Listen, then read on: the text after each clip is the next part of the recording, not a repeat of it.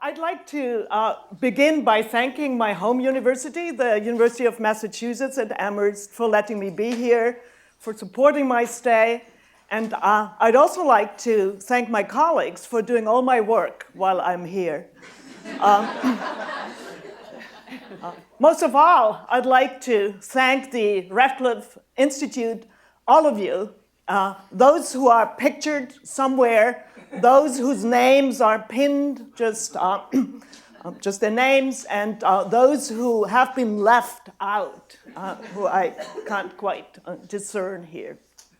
So it has been a fantastic year, and one of the things that I try to do here is to think about how to make my field, which is linguistics, and within linguistics, formal semantics, more accessible to a general public. And so you are the judge, you can see.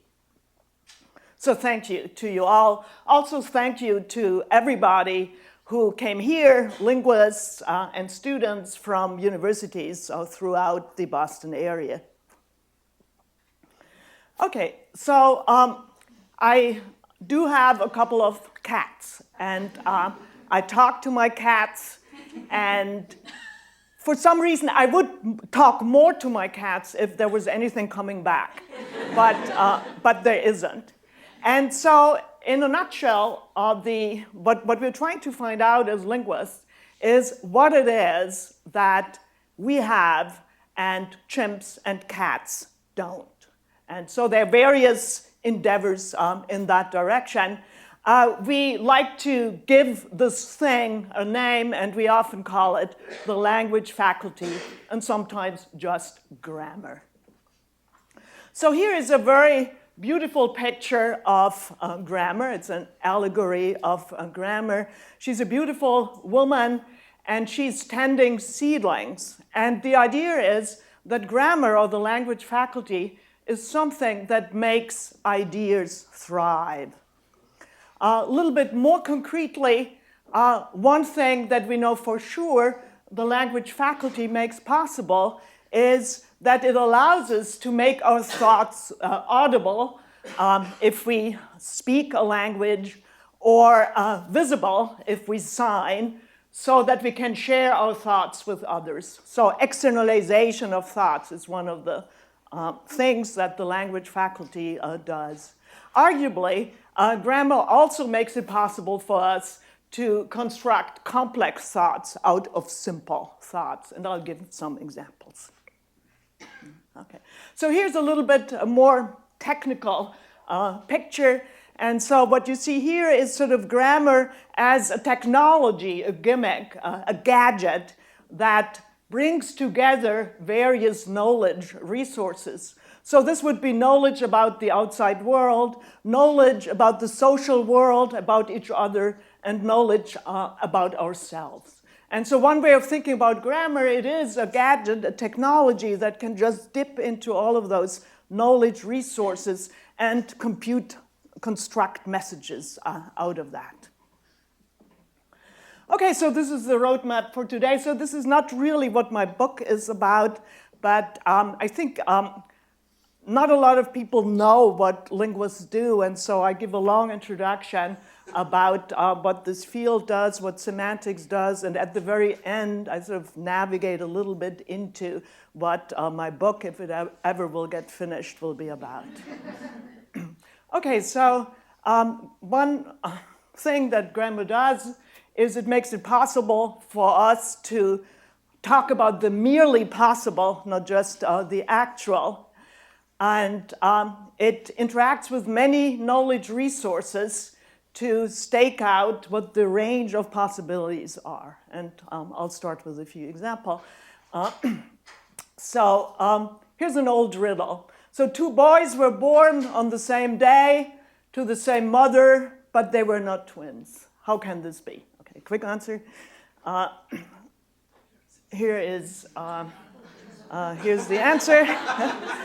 And so what happened here? So let's sort of think about what happened here is that you somehow converge on an interpretation where when I said 2 boys were born to the same mother, you thought, well, these were all the children that were born to that woman.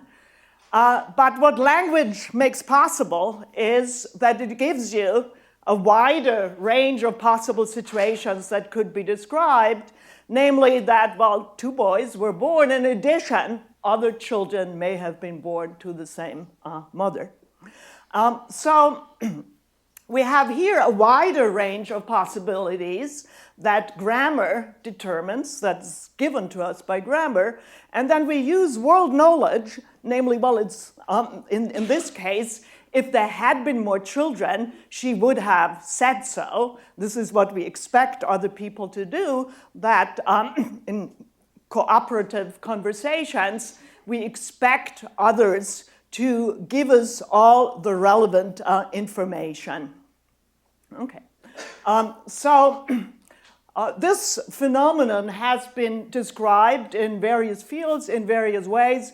Here the quote is by the French linguist Oswald Ducrot. This is put it there because he's not that well known.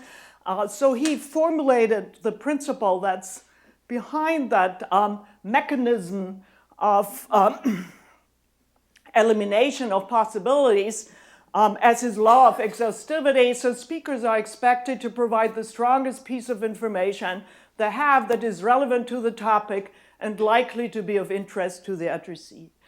Philosophers and most linguists know this principle as it's usually connected with the name of Paul Grice. People in computer science connect a similar phenomenon with John McCarthy's circumscription.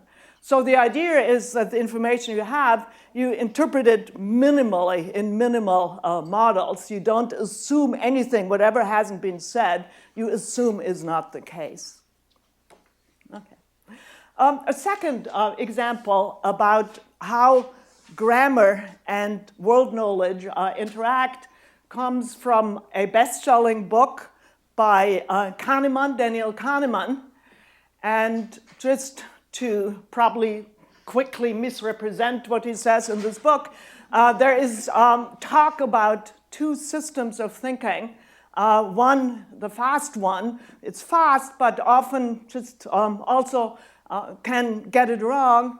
Then there is the slow system that is more careful and is less prone to mistakes. So here's an example that he uses to illustrate the system 1, the fast track thinking system. So if it takes 5 machines 5 minutes to make 5 widgets, how long would it take 100 machines to make 100 widgets? And so Kahneman says, well, most people say, yes, 100 minutes. But he thinks that's wrong, and the true answer is given in a footnote 5 minutes.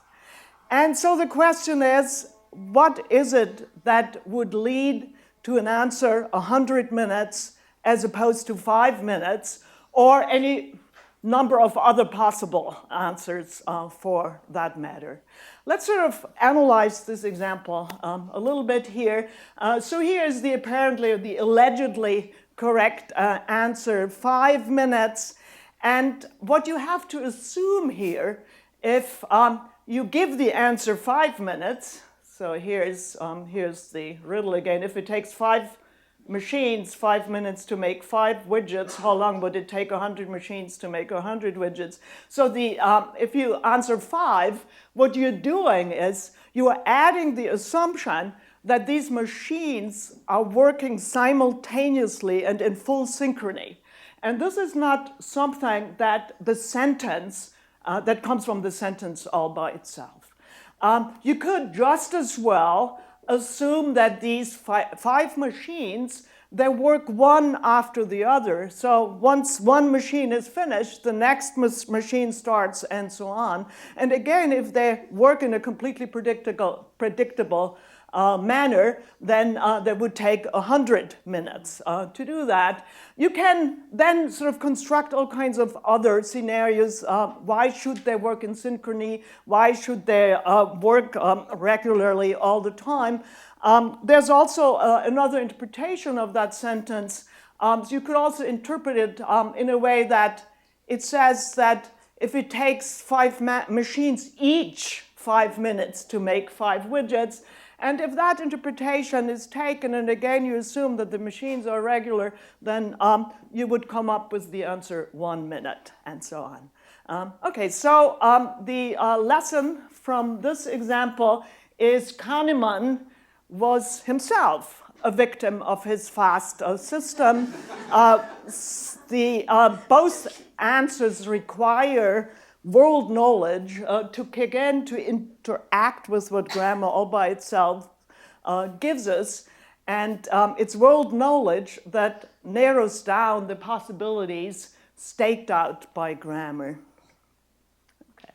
So grammar determines broad interpretations, a broad range of possibilities, and narrow interpretations that come from interactions with non-linguistic knowledge, presumptions about cooperative interaction, as in the triplet case, also presumptions about the normal course of events, machines working in synchrony, and so on. The punchline is that grammar wins here. The narrow interpretation can always be challenged. So suppose, you were denied admission to law school because you didn't give the 5-minute answer to the machine puzzle. I think you could go to court and sort of say that, similarly, so I think you could go to court. So broad interpretations can always be pushed for. I'd like to give you a third example that's a well-known example. These are sentences that nobody understands. So if you think you do understand those sentences, there's already something wrong with you. So here's like, no head injury is too trivial to be ignored. No good cause is too small to escape her generosity. No movie is too boring to be missed. The problem here is these are sentences that contain at least 3 negations. So there's the no, there's the too trivial, and then there's the negative verb. And this is something that does us in. To sort of see what's going on here, this is actually a scan from the British Journal of Psychiatry where that sentence occurs here. No head injury is too trivial to ignore. This is ascribed to Hippocrates. This is a complete urban myth. Hippocrates never said anything of the sort.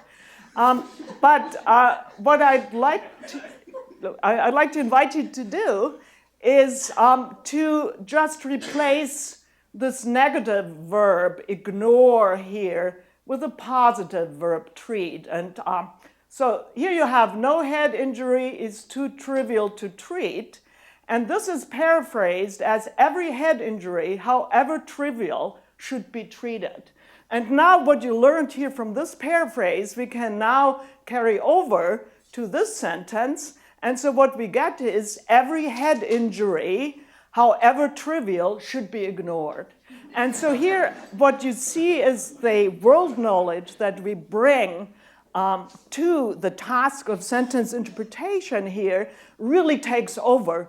And it's able to take over, I think, because the sentence is very hard to process to begin with these 3 negations. So here, but I still, grammar wins. After I walk you through the interpretation, I think you will agree that that you probably did not understand these sentences at the beginning. Okay.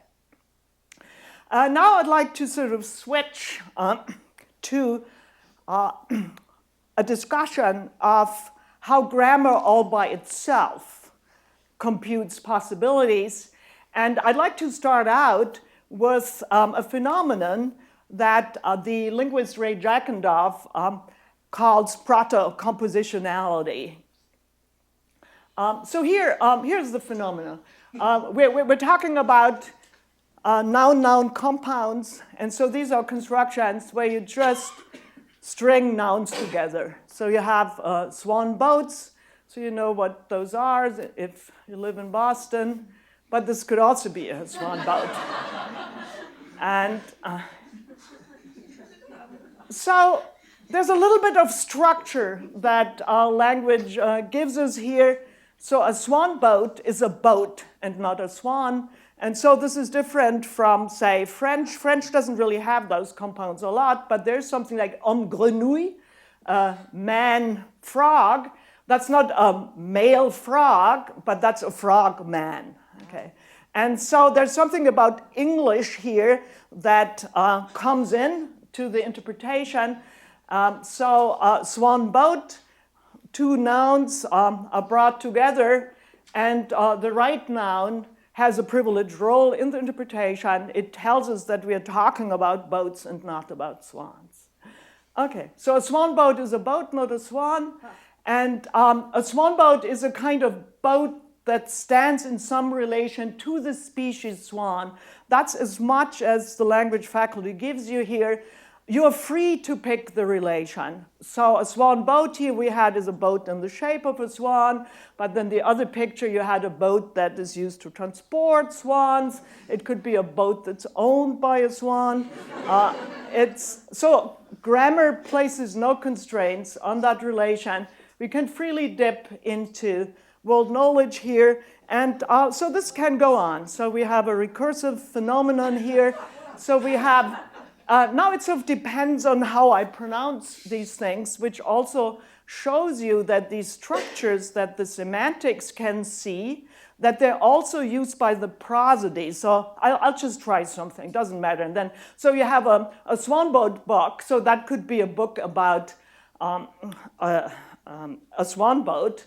But you could also have a swan boat book that could be a boat book owned by a swan.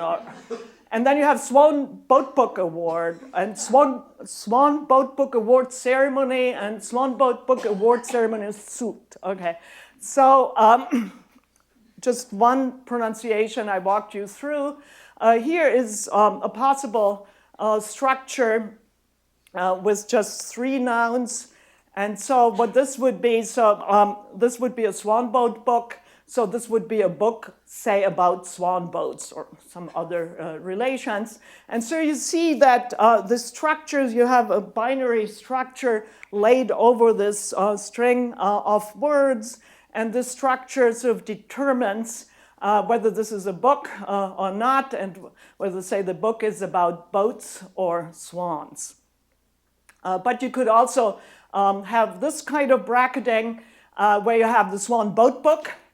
And so this would be then a boat book, say, owned by a swan or something. Yes. And so then this would go on once you have, you can string 10 of those nouns together. So the structural principles would be like morphological structures are binary branching. So we call those structures morphological structures. They're binary branching. And so that predicts the number of essentially different interpretations of those structures. And in English, and that's a fact about English, these structures are right-headed, so the head is on the right hand. You can go on here. So here you have, now you can invent things. Umbrella shoe savers. So these would be shoe savers in the shape of umbrellas. And here, this could be eyedrop funnel glasses or eyedrop funnel glasses, depending how you parse those. And so this is a source of creativity.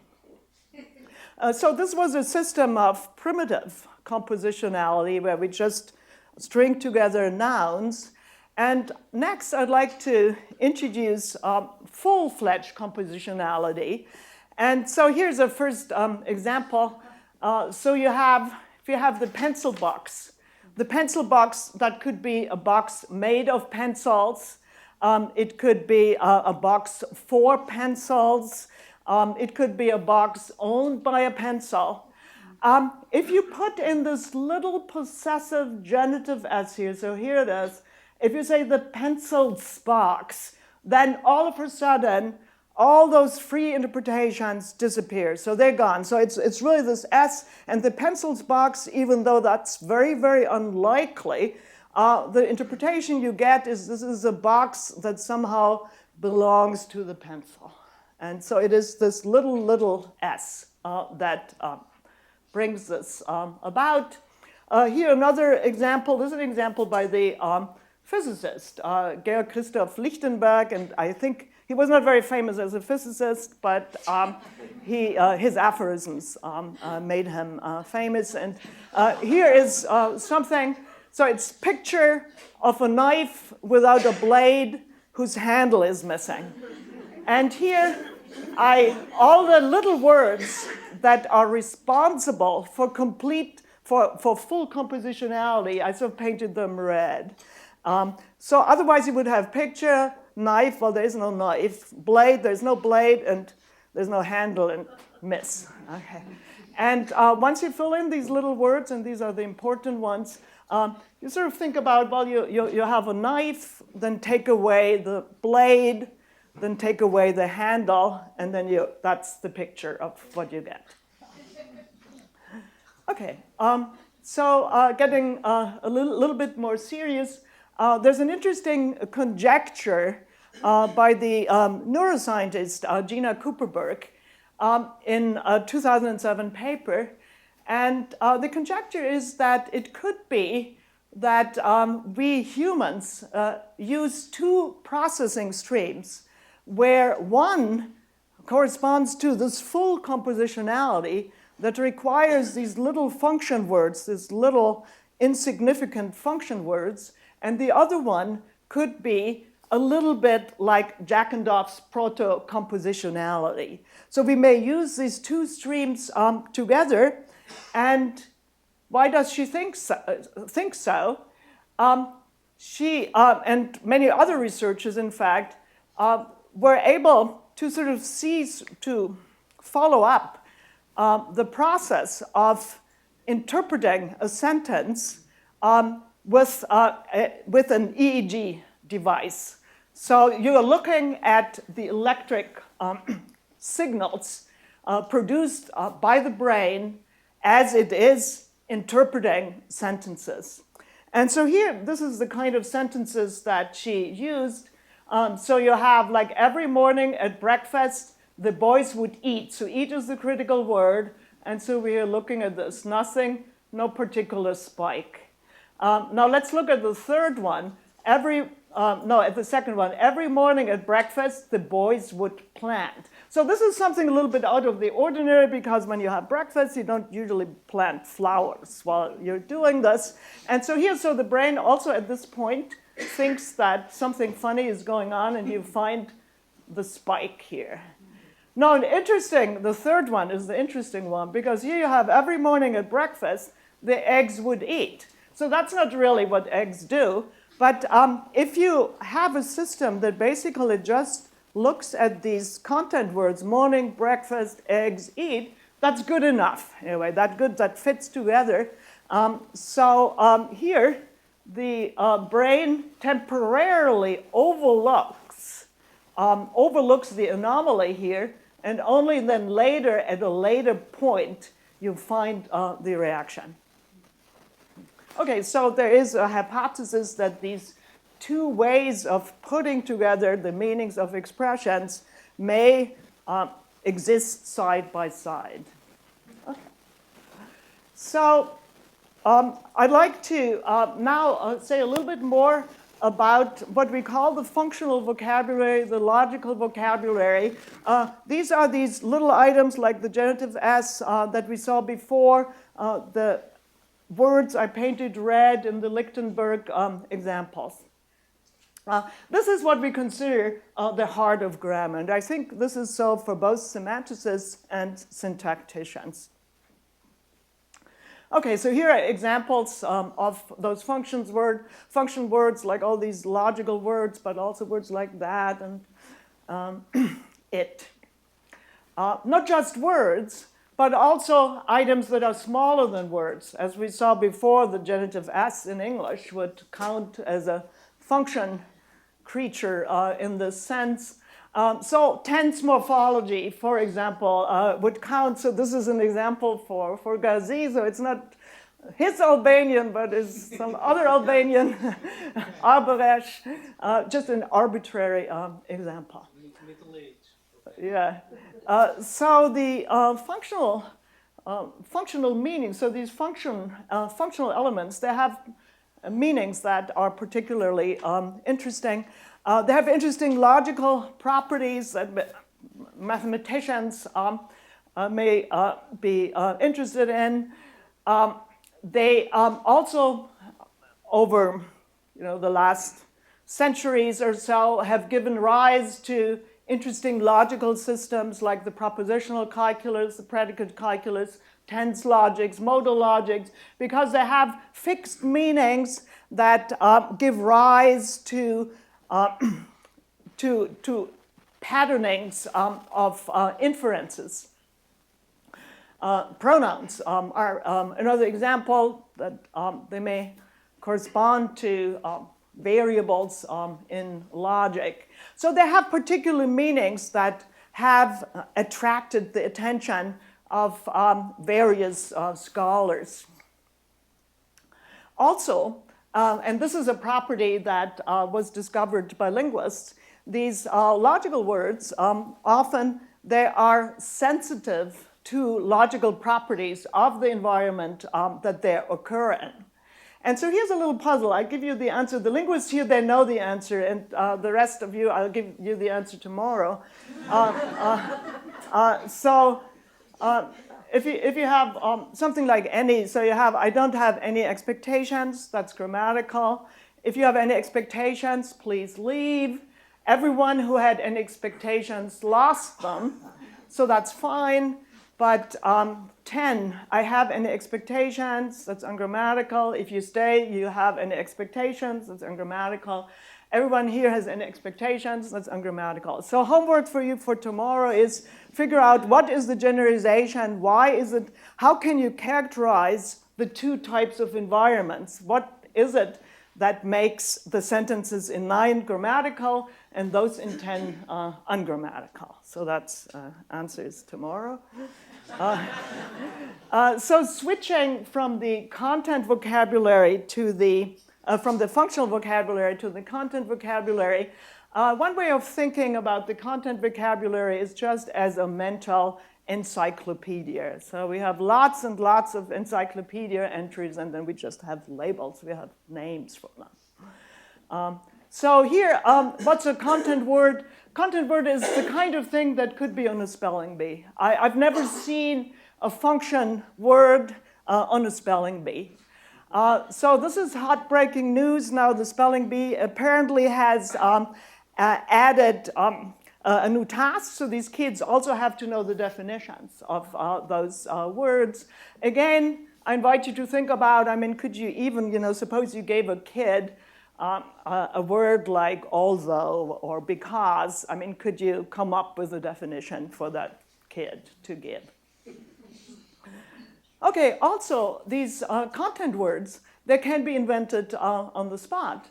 And so here's a quote from D.T. Max's biography of David Foster Wallace, where he sort of describes how this family, they really took pleasure in inventing new words on the spot.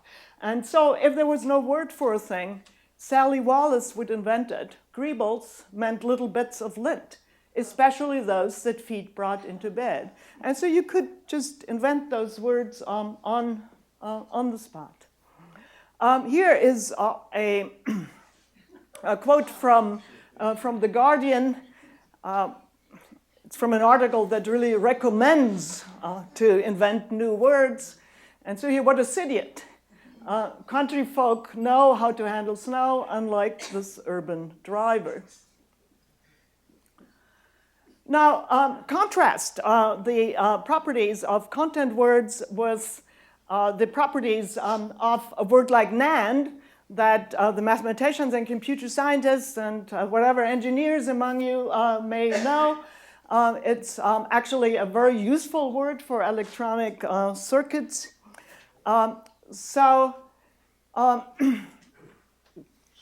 We suppose, just in your family, you need to have small children.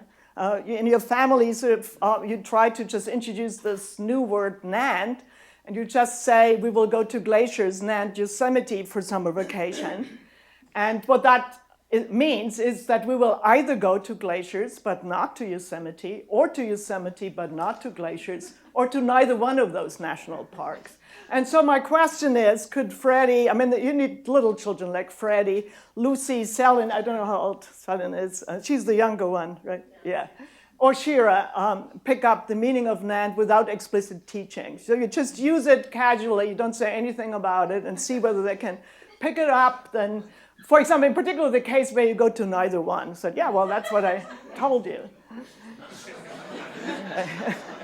So also the meanings of content words, they can be modulated.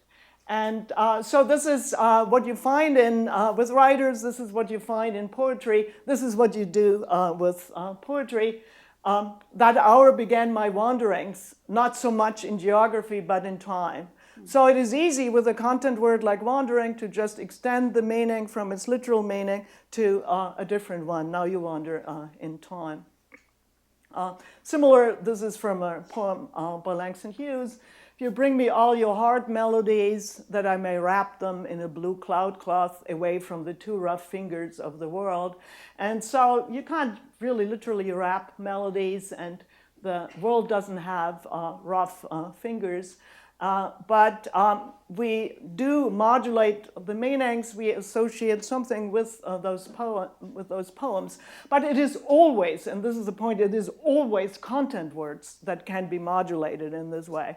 You cannot ever do this with function words, I think. Well, you can think about it. Yeah. A last example, so this is also very recent news from MIT. Here, what you see on the picture is a initiative was signed between MIT and the government of Haiti. The person who initiated this initiative is a linguist, Michel de Graaf, a professor of linguistics at MIT. And the idea behind this initiative is that in a country like Haiti, the whole education system currently is still in French, that is in the colonial language, even though children at home, they do not speak French, they speak Creole, so they speak a different language. And so what this initiative does is it will change the situation, but before Creole can be introduced as the language of instruction for schools, necessary terminology has to be added. And so this initiative is for like science, technology, engineering, and mathematics. And so the relevant vocabulary has to be added. And so here again, I mean, the kind of vocabulary that has to be added is not the functional vocabulary, is not the logical vocabulary. That will stay completely intact. What is being added is exclusively the content vocabulary.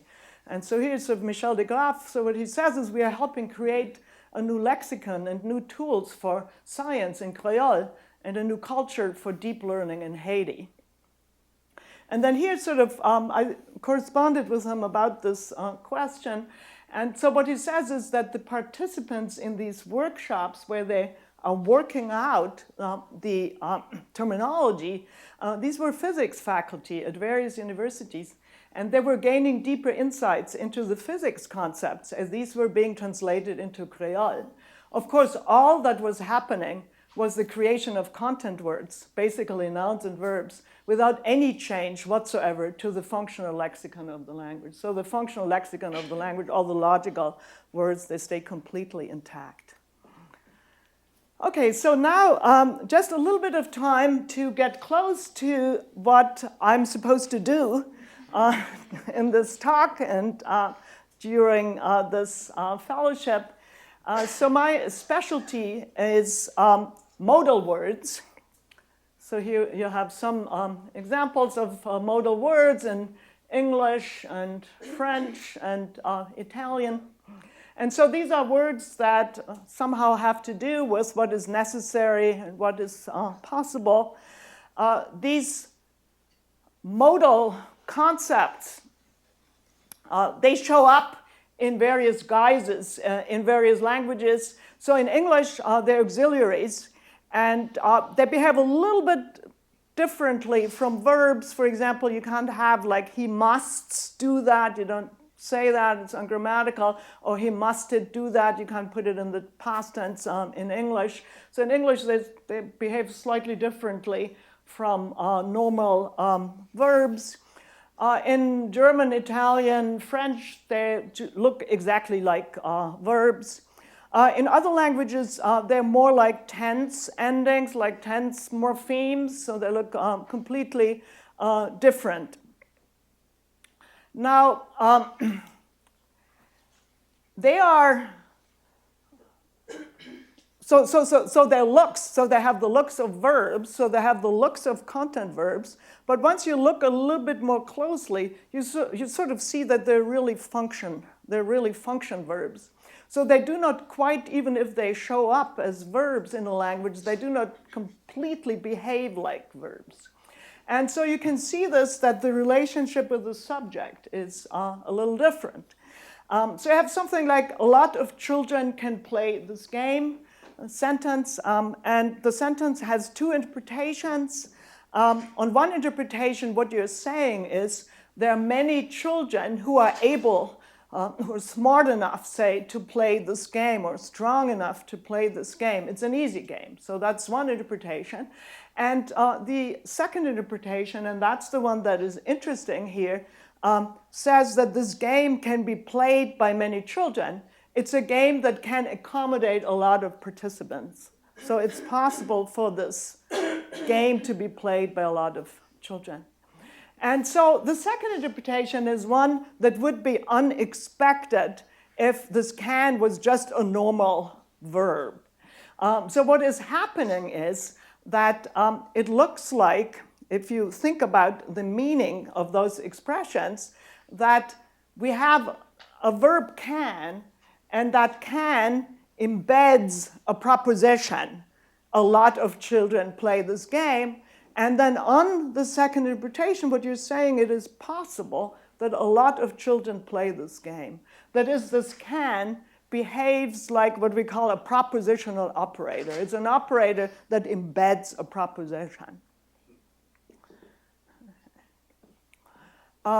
So here you see another example of this special relation to the subject. So you have nobody must be taller than the president.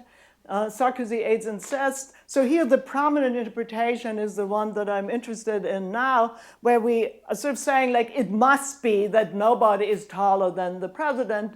The sentence, the reading we don't get here, or the interpretation we don't get here is not that nobody is required to be taller than the president. So that would be a nonsensical reading here, even though it is possible. So here again, what this must, what it does, it has the function of a propositional operator.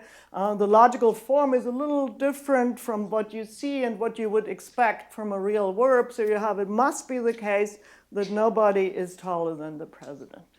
So you lose the subject. Okay, so here is an active application of this insight. Unfortunately, Glenn can't be here today. This is from a fairly recent book, Reading the Law by Scalia and Garner. And so they are looking at sentences like 13 and 14. Both parties shall be reimbursed. Both have to be, that's what it means. Neither party shall be reimbursed. Neither one can be. So they are getting very confused by this fact that in one case, so it looks like shall means must or have to, and in the other case, it means can. And so the conclusion they draw is this shall has to be eliminated from all statutes, laws, etc. So, the literal is a quote, shall is a semantic mess. And so what they say is, hence, there has been a movement in recent years to rewrite the federal rules. Appellate, criminal, civil evidence to remove all the shalls and otherwise restyle them. one of your authors had a leading role in this drafting reform. Each shall became must, is, or may. Okay, so moving again a little bit even closer to what my current work is about. So I gave you some reasons to believe that these modals, that they don't really, they have a very special relationship to their subject. They're propositional operators. They don't otherwise behave like verbs. They look like verbs, but what they really are is they're qualifiers. And what do they qualify over? They qualify over possibilities. Here, an example from a book. It's called No Way, and talks about what is impossible in the various disciplines like biology, mathematics, music, education, etc. And so this is from the chapter about biology. While it's not absolutely impossible, it is nonetheless quite difficult for nature to construct an angel from an extant phylogeny. The back of a mammal has no pre-existing structures that can be stretched or shrunk, folded or bent into a wing. And so we have the words I'm interested in is impossible here in the first line, and then can here in the penultimate line. One way of understanding what is said here is that these words impossible or can, that they qualify over possibilities. And so what we're saying here is that there is no possible world where nature creates an angel. Okay, so the meaning is a qualificational meaning. What are we qualifying over? We're qualifying over possibilities. We're not qualifying over chairs or tables or what have you, people. We are talking about possible worlds, worlds that are different, so worlds that are the kind of thing our actual world is, but these worlds are merely possible. So the idea is that this is what we're qualifying over here. Those structures cannot be stretched or shrunk, folded, or bent into a wing. The paraphrase then would be, there are no possible worlds, or the reductions of those sentences to qualificational ones would be, there are no possible worlds, such that we have some factual restriction here. The back of a mammal is transformed into an angel's wing. If these expressions, if they're qualifiers, then they would be of the same nature as English words like no or every. So we have every angel flies. We have the qualifier every. Then we have a restriction of the qualifier. The domain of the qualifier is given by angel. And then we have the scope of the qualifier flies. If these modals, if they're qualifiers as well, we have to be wondering what it is that determines the domain of the qualifiers.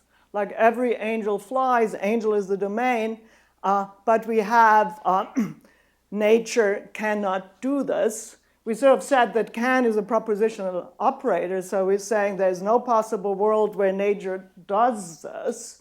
The question is, we are not really talking about all logically possible worlds here. We have a restriction. And the question is, where does this restriction come from? Does grammar, in fact, impose constraints on what those restrictions are? Okay. So this is then a view of the anatomy of a modal. So we have the modal force. This is what kind of qualifier is it?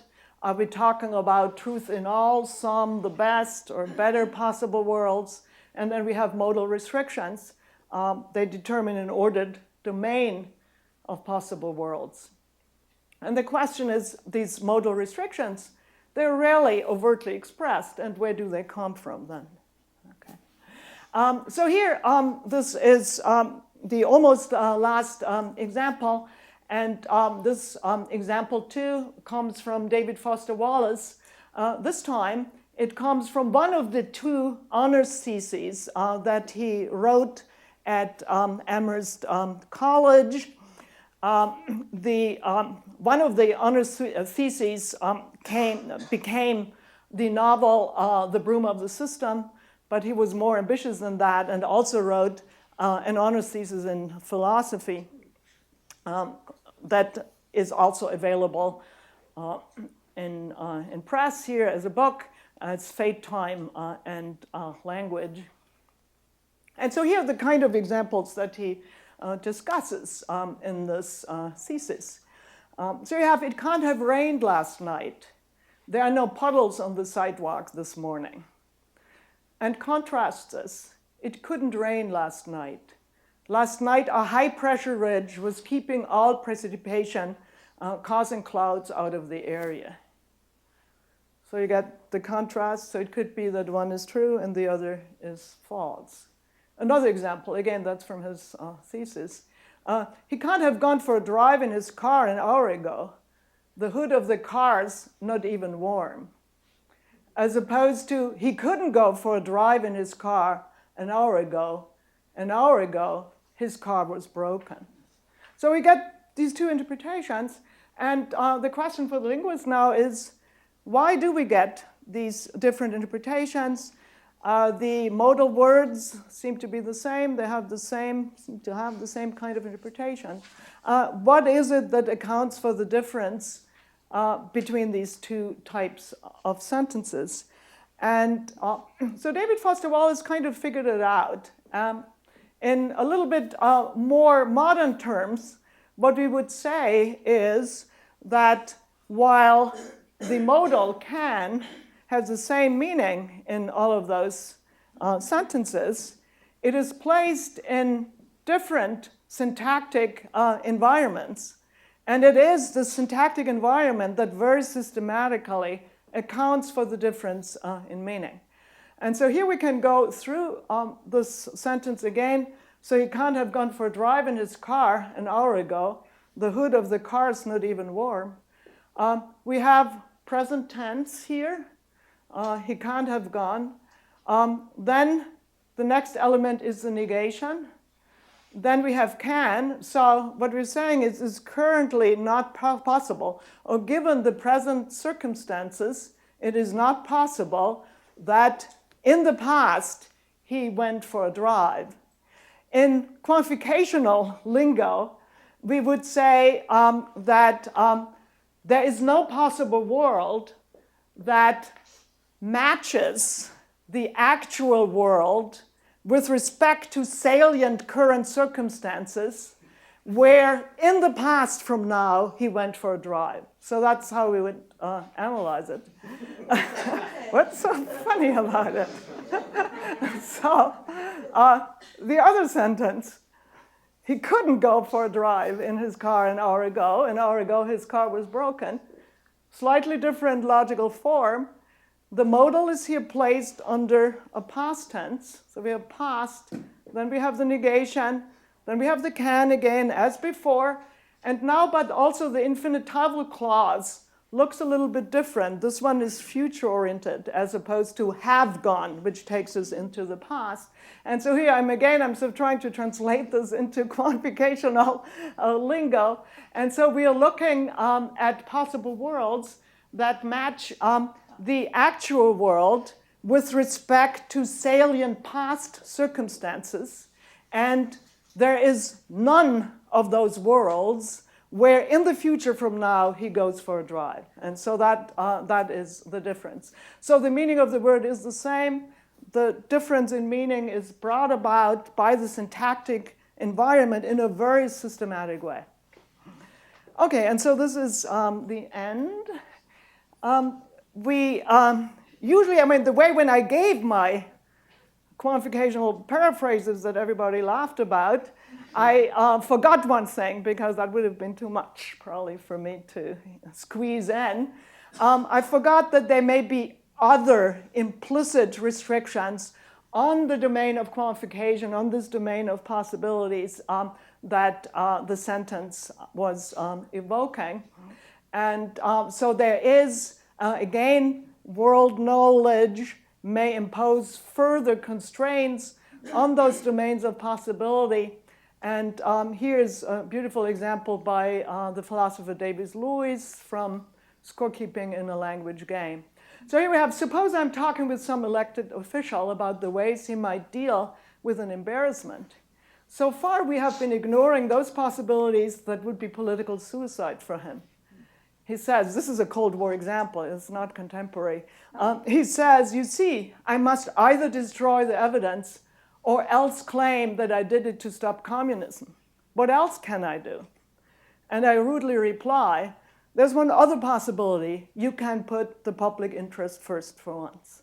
So what is happening here again is something that we saw at the very beginning, that the politician starts out by assuming a more narrower domain of possibilities. What else can I do? I can't, there's nothing else I can do. But I can push, I can widen that domain. Grammar allows me to do that. And so said, yeah, there is one other possibility. You can put the public interest first. Okay, so here we're back at the beginning. The question, this is what I am thinking about when I'm sitting in my office, is how much and how exactly does grammar constrain the domains for modal words? The end.